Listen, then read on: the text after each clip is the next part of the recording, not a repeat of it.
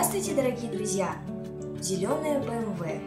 Помните, когда-то годы назад молодые спорили, BMW или Mercedes? Так, о чем я? Сегодня же я вас знакомлю с новыми книгами. Представляю вашему вниманию новые книги со шрифтом Брайля. Антон Иванов и Анна Устинова «Тайна зеленого BMW». В двух книгах является шестой из цикла «Тайное братство кленового листа». Следующая книга нашего обзора Альфреда Шклярского «Томик в стране фараонов». В 4 книгах является 9-й книгой из серии приключений Томика Вельмовского. Ребята, когда вы слышите слово «поход», наверное, представляете рыбную ловлю, палатки, шашлыки, да? Ну вот, члены Тайного братства кленового листа Петька, Настя, Димка и Маша отправились в автомобильную поездку вместе с отцом Петьки. С ними еще поехал Арнольдик и друг отца Пети с сыном Игорем.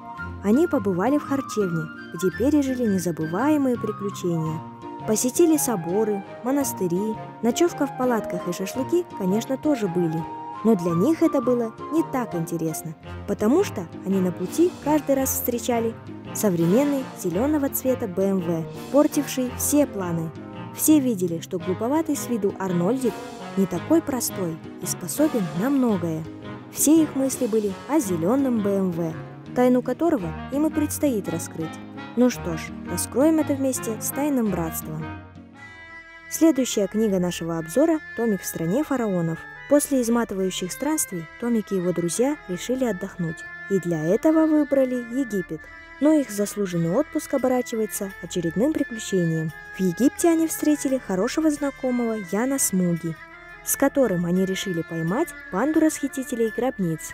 Враги эти коварны и опасны. Когда Томик и его друзья разделились и начали поиски, враги узнали об этом и начали действовать. Они напали на группу Томика и бросили их в пустыню без пищи и воды. А когда их спасли, Томика с ними не было. Как вы думаете, что с ним? Жив ли? Так давайте найдем Томика вместе с командой Смуги и узнаем, что было дальше. Огромное вам спасибо за поддержку, друзья!